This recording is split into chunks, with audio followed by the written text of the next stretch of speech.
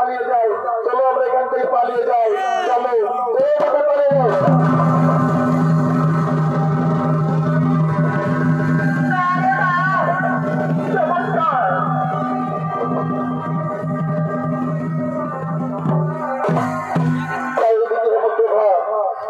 তার মায়ের পালন করছে, সে বৈষ্ণব মধ্যে ধরছে, আর্থিক করছে, গুনগুন করেছে, আবার মন্ত্র জপ করছে। ও নমো বিষ্ণু, ও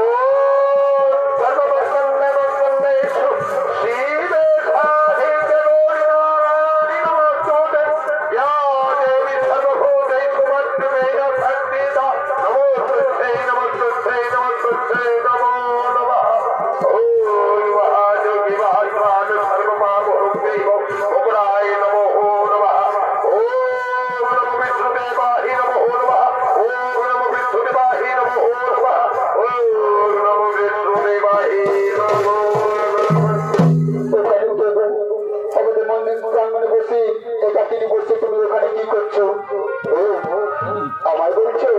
হ্যাঁ হ্যাঁ তোমায় বলছি, তুমি আমাদের মন্দির প্রাঙ্গণে বসে এখানে কাটিয়ে বসে কি করছো? ঠিক আছে, তার আগে তোমার পরিচয় দাও, পরে না হয় আমার পরিচয় দেবো। আমার পরিচয় তুমি জানো না? আমি রাজা রাজ্যের পশ্চিমের মাধ্যমে, আমার নাম হেমপ্রভা, আমার নাম হেমপ্রভা।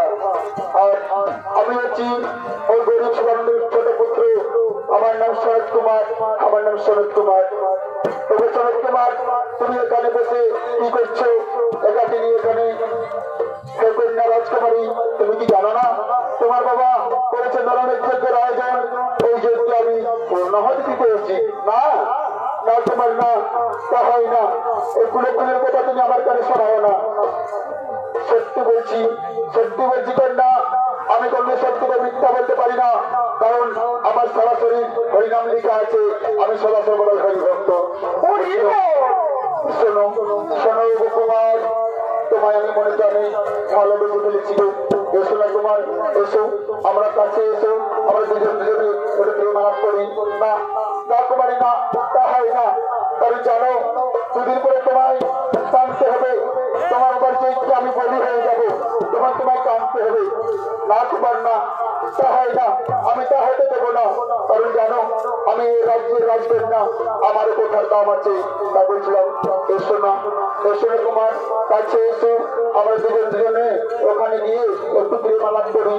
ঠিক আছে কুমারী? তাহলে তুই তবুও বলছি কুমারী, আমি তোমার সাথে প্রেম আলাপ করতে পারি, তবুও বলছি তোমাকে আমার জন্য কাঁদতে হবে, কাঁদতে হবে। এসো এসো কুমারী, হাতে হাত রেখো, এসো এসো। তাই তোরা দুজনে আমাকে পরিণত।